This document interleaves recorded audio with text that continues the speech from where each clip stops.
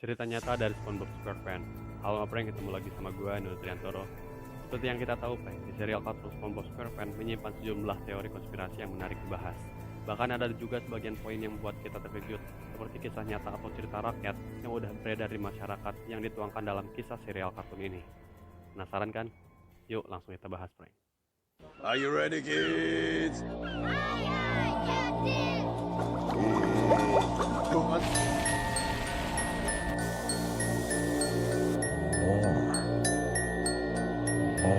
SpongeBob, what have you done? I did exactly as you said, Squidward.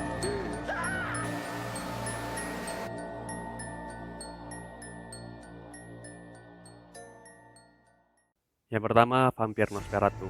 Kalian pernah nonton episode Graveyard Shift? Pada episode ini menceritakan SpongeBob dan Squidward yang harus bekerja selama 24 jam. Hal-hal mengerikan muncul di Krusty Krab termasuk lampu yang bermasalah dan kemunculan sosok yang mereka kira sebagai The Haslinging Slicer. Namun di balik cerita populer tersebut terdapat sosok misterius yang bisa kita gali lebih dalam lagi. Sosok tersebut adalah Nosferatu yang disebutkan bermain-main dengan lampu. Siapa sebenarnya Nosferatu ini? Walaupun dalam SpongeBob sosoknya terlihat lucu dan tidak berbahaya, nyatanya nih Prank, Nosferatu adalah salah satu ikon film horor pada awal abad ke-19. Nosferatu merupakan adaptasi dari cerita yang mengenai Dracula karya Bram Stoker. Sosok Nosferatu muncul dalam sebuah film bisu asal Jerman pada tahun 1922, kemudian dianggap sebagai makhluk paling mengerikan pada masa itu. Pria jangkung yang disorot dengan hitam putih merupakan penghisap darah yang menjadi perwujudan atas kekejaman dan kengerian Dracula. Tidak hanya itu, Frank, terdapat banyak kontroversi mengiringi film tersebut, mulai dari permasalahan pada hak cipta yang mengubah sosok Dracula menjadi Nosferatu, hingga kasus hilangnya kepala sang sutradara yang dicuri dari pemakaman. Tersiar kabar bahwa hal ini berkaitan dengan okultisme. Beberapa meter di dekat pemakamannya ditemukan sisa-sisa lilin dan kabarnya tindakan pencurian ini telah direncanakan sejak sangat lama. Namun kemunculannya dalam serial SpongeBob seolah mengubah citra tersebut sehingga Nosferatu yang kita kenal saat ini terlihat tidak berbahaya sama sekali.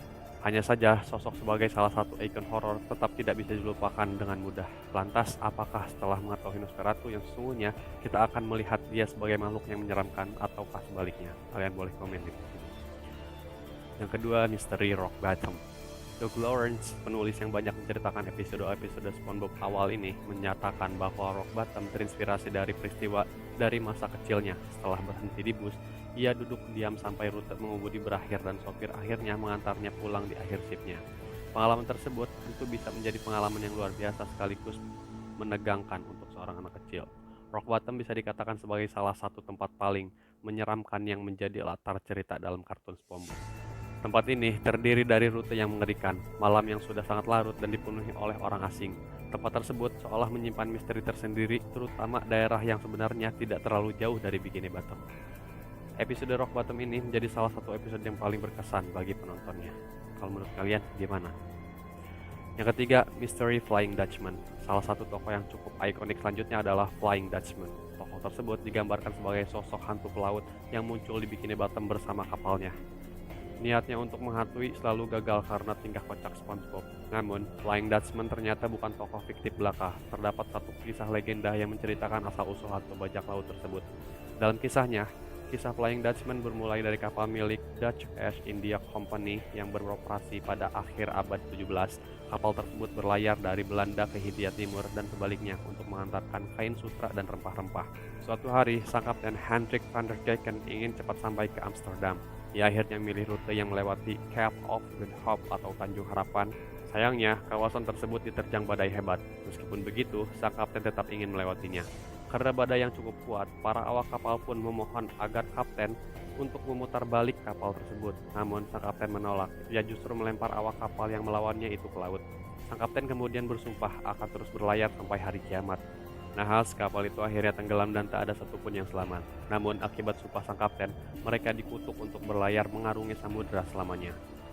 Yang keempat, Smithy Weberman Jensen. Namanya udah gak asing lagi dong. Nama yang pernah muncul dalam salah satu episode SpongeBob SquarePants yang berjudul One Crab Trash dimulai saat tokoh Tuan Crab yang menjual barang-barang bekas. Salah satu topi minum soda yang ia jual ternyata adalah barang langka yang bernilai jutaan dolar. Namun, ia sudah terlanjur menjual topi tersebut kepada SpongeBob.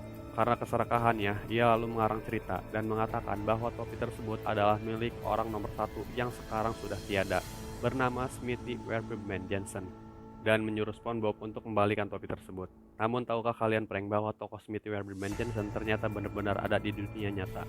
Ternyata, mendiang animator SpongeBob Stephen Hillenburg seringkali memasukkan kisah nyata di sekitarnya dalam skenario serial SpongeBob SquarePants. Stephen Hillenburg yang lahir di Oklahoma mengambil kisah nyata dari kota kecilnya tersebut. Pada tahun 1773, lahirlah seorang Smithy Werberman Jensen di kota Oklahoma. Dia adalah seorang koki yang sangat handal, dan banyak yang menyebutnya sebagai koki jenius.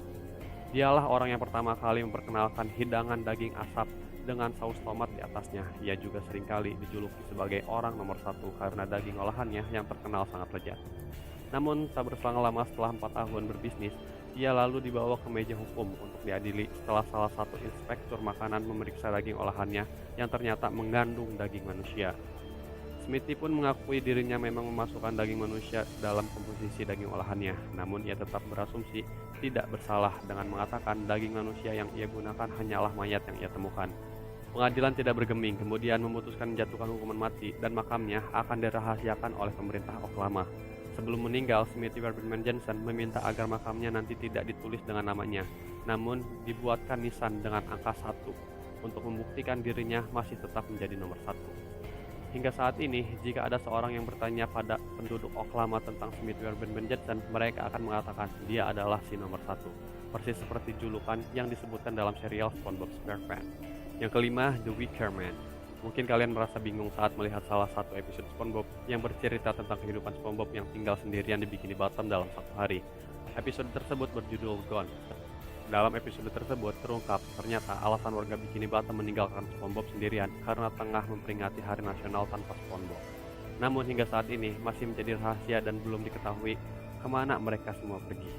Sinopsis dalam episode ini sangatlah mirip dengan film The Wicker Man, di mana para penduduk pulau terpencil tersebut merupakan penganut dari ajaran sekte sesat, dan mereka juga mencoba untuk mengasingkan si detektif dan tidak menemuinya.